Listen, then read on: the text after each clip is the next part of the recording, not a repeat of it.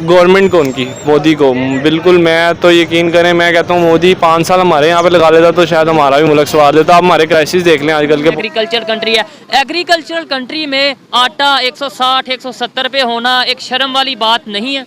देखिए ये हम पढ़ते हैं, देखिए आप भी मेरी तरह मेरी उम्र से कम ही उम्र के होंगे, लेकिन आप देखें हमने पिछले 10-15 सालों में ज़री मुल्क है, हमने ज़राअत के साथ किया क्या है? हमने 2 काम किए, एक बच्चे पैदा किए हैं और एक सोसाइटी बनाई है। इसके अलावा पहले का पाकिस्तान एक फलता फूलता तरक्की करता हुआ मुल्क था और आज हालात ये हैं कि मुल्क का वजीर आजम अपने वुज़रा के साथ प्रेस कॉन्फ्रेंस करते हुए ये नहीं बता पा 20 किलो का 10 किलो का बहुत महंगा हो चुका है, तो अब आटा नहीं है मुल्क के अंदर। तो शहबाज शरीफ साहब सोच रहे हैं कि बाहर की कंट्री से इंपोर्ट की जाए।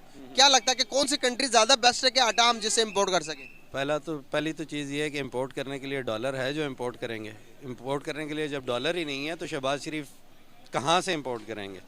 अपना जो बाहर रिजर्व रखा हुआ है डॉलर का, वहाँ से मंगवाएंगे। अवाम को कितना रिलीफ दिया या दिया भी है नहीं, महंगाई कितनी कम की, पेट्रोल और गैस कितना मजीद सस्ता किया, बल्कि वजीर। जय हिंद दोस्तों पाकिस्तान के गरीब लोग भारत को एक आशावरी नजरों से देख रहे हैं। उनका कहना है कि भारत ने जिस प्रकार श्रीलंका की मदद की है उस प्रकार भारत हमारी भी मदद करेगा और हमें इस मुसीबत से निकालेगा। सिचुएशन ये है सर, अगर कोई 100 रुपये कमा रहा है तो उसका 300 रुपये खर्चा है। 100 रुपये कमा रहा है, 300 रुपया खर्चा है। आटे का क्या रेट चल रहा है? आटे का देखिए अब 150 प्लस कह रहे हैं। ठीक है, गवर्नमेंट का कोई रेट है, आगे कोई दे रहा है, कोई चेक बैलेंस नहीं है। अभी कल की खबर है कि एक बंदा आटे की लाइन में खड़ा था आटा लेने के लिए और वो मर गया। आटे के एक थैले के लिए उसकी जान चली गई है। इतनी ज्यादा, मतलब 1 अरब और 35 करोड़ के राउंड अबाउट उनकी आबादी है। उन्होंने फिर भी महंगाई को कंट्रोल किया या उस पर वर्क कर रहे हैं। हम क्यों नहीं कर पा रहे और आज उनकी एग्जाम्पल देने पर मजबूर क्यों है?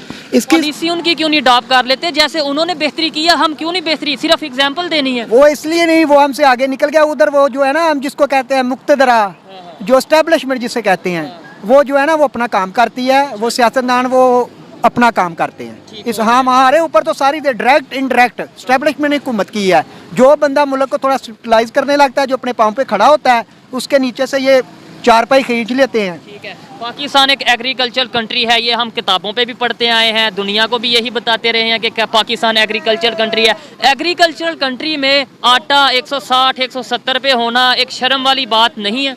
देखिए ये हम पढ़ते हैं, देखिए आप भी मेरी तरह मेरी उम्र से कम ही उम्र के होंगे, लेकिन आप देखें हमने पिछले 10-15 सालों में ज़री मुल्क है, हमने ज़राअत के साथ किया क्या है? हमने 2 काम किए, एक बच्चे पैदा किए हैं और एक सोसाइटी बनाई है। इसके अलावा अब ये तो आप लोगों को पता ही है कि पाकिस्तान में चारों तरफ उथल पुथल मची हुई है। इनकी इकोनॉमी क्रैश करने की कगार पर है और इन लोगों पर कर्ज दिन प्रतिदिन बहुत ही तेजी से बढ़ते जा रहे हैं। IMF का बेल आउट पैकेज रिलीज करने के बाद भी पाकिस्तान की हालत सुधरने का नाम नहीं ले रही।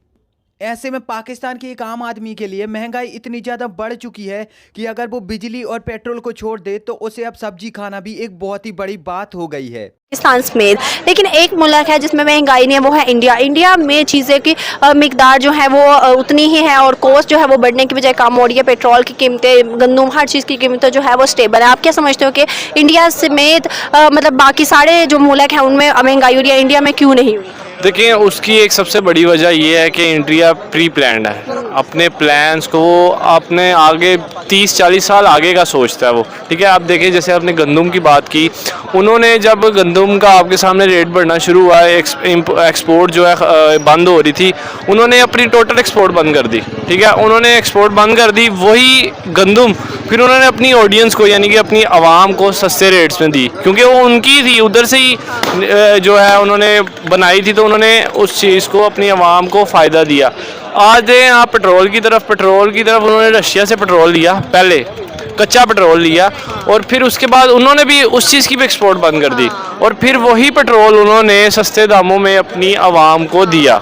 ठीक है, वो आप चाहे अपनी उनकी आवाम को सहूलत की बात करें या फिर उनके बच्चों की एजुकेशन की बात करें, वो प्री प्लान रखते हैं हर चीज़। किसको क्रेडिट दोगे इंडिया में जो कि ये सब कुछ हो रहा है? गवर्नमेंट को, उनकी मोदी को बिल्कुल। मैं तो यकीन करें, मैं कहता हूँ मोदी 5 साल हमारे यहाँ पे लगा लेता तो शायद हमारा भी मुल्क सवार देता। आप हमारे क्राइसिस देख लें आजकल के पॉलिटिकल क्राइसिस, हमारे बच्चे स्कूल कॉलेजेस जाने की बजाय जलसों में जा रहे हैं।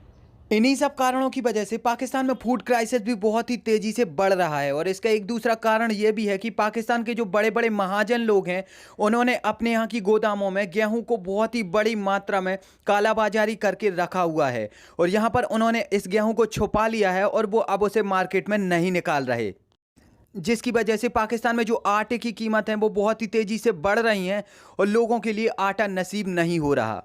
अब पाकिस्तान में फ़िलहाल हालत ये है कि एक एक पैकेट आटे के लिए लोग भूखे नंगे भेड़ियों की तरह लड़ रहे हैं और एक दूसरे की जान के लिए उतारू हो गए हैं। और इसका कारण ये भी है कि उनको पता है कि अगर ये आटा भी नहीं मिला तो वो और उनकी फैमिली भूखी मर जाएगी। बेसिकली बात करने का पर्पस है कि पाकिस्तान में आटे का बहरान है सर। आटा तकरीबन 150 रुपये पर केजी है। अगर बात करें तो 2200-2300 रुपये का तोड़ा मिलता हमें, 20 किलो का, 10 किलो का, बहुत महंगा हो चुका है। तो अब आटा नहीं है मुल्क के अंदर, तो शहबाज शरीफ साहब सोच रहे हैं कि बाहर की कंट्री से इंपोर्ट की जाए। क्या लगता है कि कौन सी कंट्री ज़्यादा बेस्ट है कि आटा हम जिससे इंपोर्ट कर सकें? पहली तो चीज़ ये है कि इंपोर्ट करने के लिए डॉलर है जो इंपोर्ट करेंगे। इंपोर्ट करने के लिए जब डॉलर ही नहीं है तो शहबाज शरीफ कहाँ से इंपोर्ट करेंगे? अपना जो बाहर रिजर्व रखा हुआ है डॉलर का वहाँ से मंगवाएंगे, ठीक है।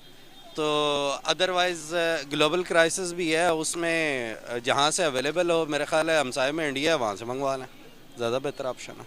तो हम तो कहते हैं कि इंडिया के साथ ट्रेड ही नहीं करनी भाई।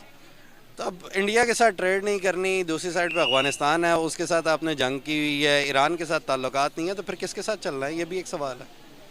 ये बहुत बड़ा सवाल है। ठीक है, तो फिर इसके ऊपर इनको सोच लेना चाहिए कि क्या करना है। क्या अब हमें हालात सही करने चाहिए, नहीं अपने ताल्लुकात को सही कर लेना चाहिए नहीं इंडिया से? बिल्कुल, हमसाये में हर किसी के साथ ताल्लुकात सही रखने चाहिए, किसी के साथ कोई लड़ने झगड़ने की ज़रूरत नहीं है।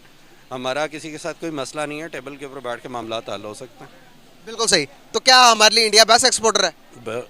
बेस्ट इंपोर्टर है, बिल्कुल। इंडिया से हम इंपोर्ट करें, बहुत सी चीज़ें इंपोर्ट हो सकती हैं, वेजिटेशन इंपोर्ट हो सकती है, आपकी प्रोड्यूस जितनी भी है इंडिया से आ सकती है, मसाइल हल हो सकते हैं। टमाटर और प्याज आ जाते हैं जब इमरजेंसी करवा के, इमरजेंसी ट्रेड करवा के हम ले आते हैं। हाँ। हालांकि अब यहाँ पर पाकिस्तान की हालत बहुत ही ज़्यादा दयनीय हो गई है और मुझे पता है कि शायद आपको भी ये सब सुन के दया आने लगी हो, लेकिन ये सब जो हुआ है वो पाकिस्तान की वजह से ही हुआ है और पाकिस्तान के लोगों की वजह से ही हुआ है। पाकिस्तान के लोग इमरान खान और शहबाज शरीफ जैसे लोगों को अपना लीडर चुनते हैं और वो इतना ज़्यादा करप्शन करते हैं कि देश इस हालत में हो जाता है। हालांकि अब आप मुझे बताइए, आपको क्या लगता है कि अब भारत सरकार को पाकिस्तान की हेल्प करना चाहिए ऐसी मुसीबत के समय? क्या पाकिस्तान को अपना गेहूँ एक्सपोर्ट करना चाहिए या नहीं? नीचे कॉमेंट में ज़रूर बताएँ।